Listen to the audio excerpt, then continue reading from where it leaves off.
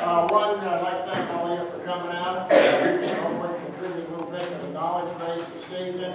Just a couple of slides over there to familiarize us with what's going on next week. And we'll have to stand up here to hit it. The topic, of course, is the county convention, which is this coming Saturday. Doors are open between 9 and 10. And at 10 o'clock, they get closed.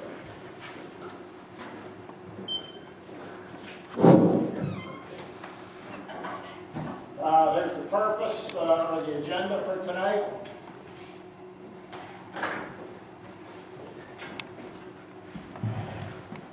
Let me talk about this purpose. Can everybody hear him okay, or do you need the mic? Huh? You hear? Okay. The first piece up there is Bill George's conservative profile. To at least maintain it, you can see that in the last presidential election, 2008, McCain won 52% to 47% of the popular vote. That's not a real big margin. Doesn't take an awful lot. You know, a little drop in gas prices before election, a couple of home building starts or something like that, and everybody gets excited, and they can go out and lean that the other direction. So that's the first purpose, is to build George's conservative profile. Secondly, a little bit closer to home, right here in Fayette County, look at the comparison between 2004 and 2008. In 2004, Kerry had 28% as the Liberal candidate. Up here, in 2008, it jumped 6%. And not much better down here for representatives. Delamar had 22% in 2004 against Westmoreland. Pam had 33%. So you can see a clear trend in what's going on. And if you embrace conservative values, purposes, and principles, you want to stop that trend and hopefully reverse that trend. So that's the purpose of us re-energizing, putting all of our talents and energies into building the party here locally, at the district level, and the state level, making our contribution at the national level. One more background slide. Of course, we don't elect the president by popular vote. We look at the popular vote in each state, and then you add up the number of representatives and the 2 senators, and that's the number of electoral votes that your state gets. Georgia had 15. We get 1 more representative this year as a result of the census, so we're up to 16. Here's some other states I pulled out from the 2008 election. Notice up top, Obama got 365 electoral votes to McCain's 173. So it looks like a complete landslide. You start looking at the popular vote down there, and I've pulled out 6 states that had narrow margins. North Carolina was listed as 50-50. Obviously, they had at least 1 more citizen vote for Obama than they did McCain. And as a result of that, they picked up all 15 of North Carolina's electoral votes. In this column right here, you see the running total. Total of 99 electoral votes in those very close states, Georgia being one of them. So at the bottom, we've got 2012 with a question mark. If those 99 were to revert over to the GOP, then you would see the GOP and conservative values prevail, 272 to 266. Again, it's pretty close. We've seen a lot of races here in Georgia that are just razor-thin margins. In our last Fayette County Issues Tea Party, we saw that a SPLOST was carried by 34 votes. 68,000 people who were registered.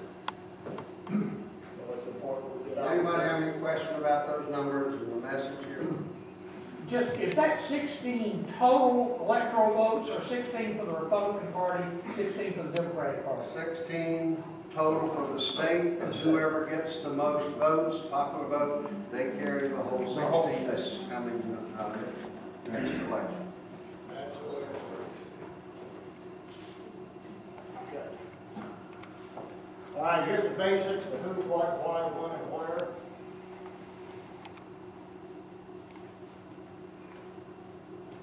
And just a reminder down there on line 3, at this convention, we're electing the county party officers. When the state officers get elected, May. A couple of months from now, we've got to go to county, then district, and finally on to state. And this will be the county party officers. Also, elect the delegates and alternates to attend the district and state conventions on behalf of the Fayette County Republican Party.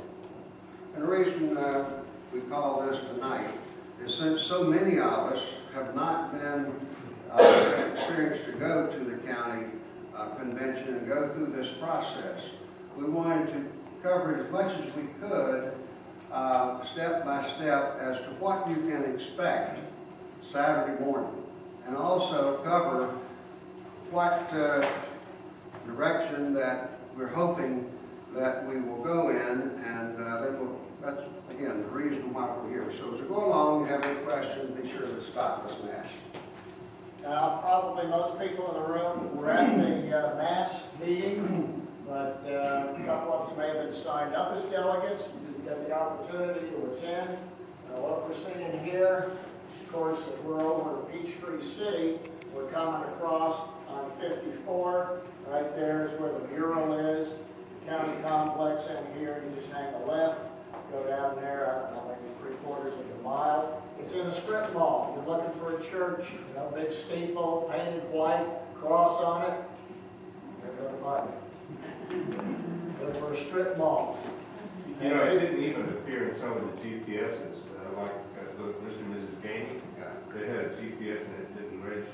I have 2 delegates that were riding around. Yeah. Behind Dairy Queen. Yes, sir. Behind Dairy Queen. Well, some people don't know where, I got behind Dairy Queen, the old theater, that makes nothing. Store of wings and things. Yes, sir. How are we communicating to all of the precincts within the county that this event is happening this Saturday? It's been in the newspaper, it was announced at the mass meeting, it's gone out through email to the precinct chairman, and from them down to their delegates. So there are a number of ways that it's been advertised. Good point. Okay, we know who, what, why, and where. Just a couple procedures. You're not going to be able to read this from the back row, but again, it reminds us to arrive between 9 and 10. Sharply at 10 o'clock, the doors close. They're locked. Nobody else can come in. Bring your credential letter and a photo ID, so that we know we're not getting some liberal spies coming in there. Okay?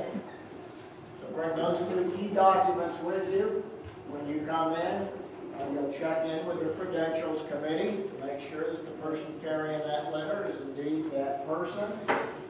Only delegates can vote, and they should have received a delegate letter by now. If you have a question, call your precinct chairman or Harold. Only delegates can vote. Observers are welcome. There are a couple people in my precinct that said, "Bob, I'm not a delegate, but I kind of like to see the process and maybe get into it at a later date." That's great. Let's bring them into the call. What if you have not received your credential letter? Call me. Okay. Is that just this delegate letter? Is that? Yeah. That's it. And I'll just verify who the person carries it.